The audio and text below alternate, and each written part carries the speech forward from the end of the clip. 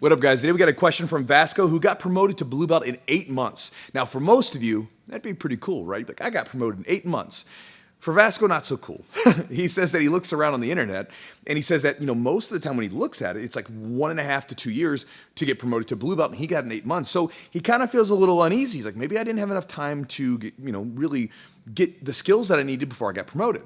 So he had this little bit of a boogeyman of imposter syndrome lingering over him. Right? Well, he later on went and competed. And when he competed, he lost his very first match pretty darn quick, got embarrassed. And, because it's a jiu-jitsu tournament, it's single elimination, so you're one and done. And so he left that competition sort of feeling deflated. And that boogeyman that initially was kind of small, just kind of a little lingering voice inside of his head saying, you're not ready for this. Now obviously grew, became much bigger, and sort of took over and let him know and validated the fact that, man, you are not where you belong. And so that's what he left with after that competition. That's the feeling he left with. Well, he had a couple of weeks off for some exams. He's getting ready to come back, but he has this overwhelming feeling of anxiety coming back because he's like, man, I'm not a blue belt, right? I don't belong here. And now I know that I don't belong here, and now I still have to wear this belt, and he's just feeling a little bit of some struggle there, and he's asking for some perspective. So, brother, thank you for the question. So check this out. I got my blue belt, similar to you, in around 6 months. Now, little asterisks on that, I wrestled first, right? So I had a few years of high school wrestling. I was by no means a standout wrestler.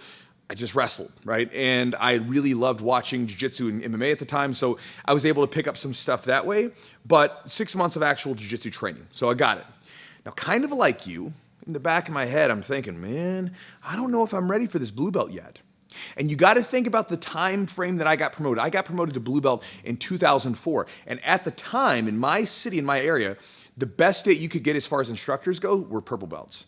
And there were only like maybe a dozen, maybe less, blue belts in the city and around it. So there wasn't a whole lot of blue belts going around. And then all of a sudden, like, I'm one of these guys 6 months later, right? It was a little jarring to me. I thought it was like a little too soon. And so, that's in my head. Now, a few months later, I had a spider bite that had to have a chunk of my leg taken out, and then I had a meniscus tear, had to get surgery. And then I came back and, started getting ready, and I did my very first jiu-jitsu competition as a blue belt. And I remember I lost my first match. And kind of like you, it was an embarrassing loss. Now, I didn't get submitted fast, but this guy just threw me around. And in the match, I just feel like I just didn't belong, right? And I remember when I got up after the match, my partner or my opponent gets his hand raised. I'm walking off the mat, and I went up to my coach. And I was like, I told you I wasn't ready. Because I had talked to him, I said I wasn't ready. I told you I wasn't ready, and I went over and did my little pity party, right? When I was a young guy, I was super, super insecure. I had a fragile little ego, and anytime I lost, it was just like, yeah, I'm like storming around, and I'm like stomping around like a little child, right? Having a little toddler now, right? I start looking at the stuff that they do, and I'm like, oh, I remember doing that stuff as a teenager, right? So I'm stomping around. I'm all upset.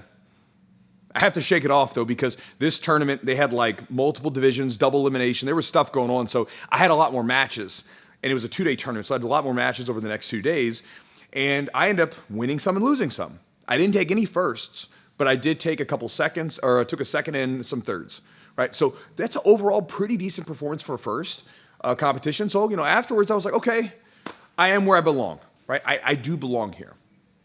Now, let's rewind a little bit. So go back maybe 5 months or something, 6 months before this particular tournament as a blue belt. I competed in a tournament where they basically had 2 no-gi divisions, amateur and pro, and I was sandwiched in with white, blue, and purple belts as a white belt, right? Sandwiched in there with these guys.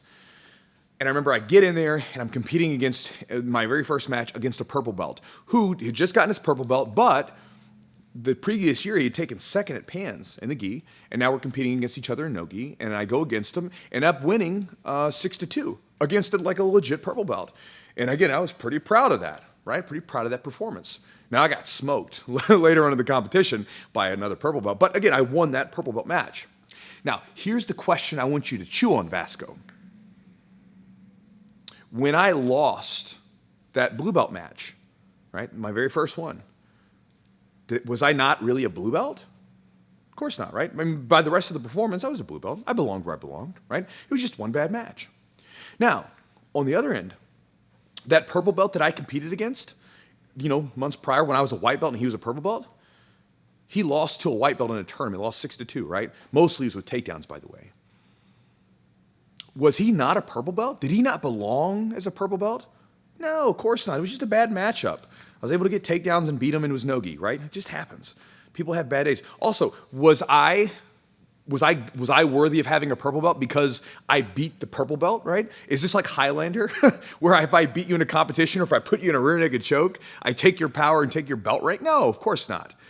Right? It's just a bad match. It's just a bad situation, and it doesn't validate because again, man, anybody that's really critical of themselves, and this is actually a good thing, you're always going to have a lingering little bit of doubt. There's always going to be questions that are going to be sitting in your head. I've never had a match, I've never had an MMA fight where I wasn't going, did I train enough? Am I good enough to take on this challenge? There's always there. Okay, so again, that's always going to be there. And again, just own it, right? Just deal with it. That's just the way that it is for some people. And I think you and me are similar in this fashion. You're always going to have it.